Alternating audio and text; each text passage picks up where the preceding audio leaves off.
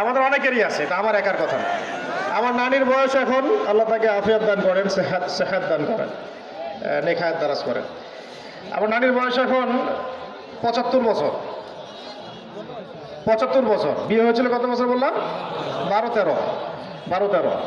তো আমার নানির বাচ্চা হয়েছে 12 জন। কতজন?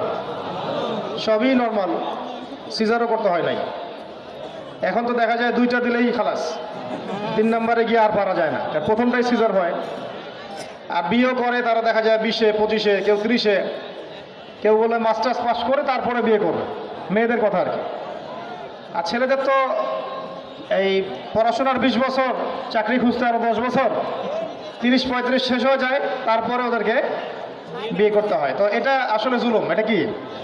এটা জুলুম। এই সময়টুকুর মধ্যে ঈমান আমল হেফাজত করা, চরিত্র হেফাজত করা, এটা বড়ই কঠিন। এই জন্যে আমরা এটা দাবি উত্থাপন করতে পারি যে আমাদের যুবকদের জন্য বিয়ের ন্যূনতম বয়স করে দেওয়া হোক 18 থেকে 20, আর ছেলেদের ক্ষেত্রে, মেয়েদের ক্ষেত্রে 16 থেকে 18। আর শোনেন, মূল কথাটা শোনেন, মূল কথা এটা না। মূল কথা হচ্ছে বিয়ের আগে পড়াশোনা শেষ করতে হবে। প্রাথমিক যে পড়াশোনা, এটা শেষ করতে হবে। কারণ এরপরে জিম্মেদারি এত বেশি হবে,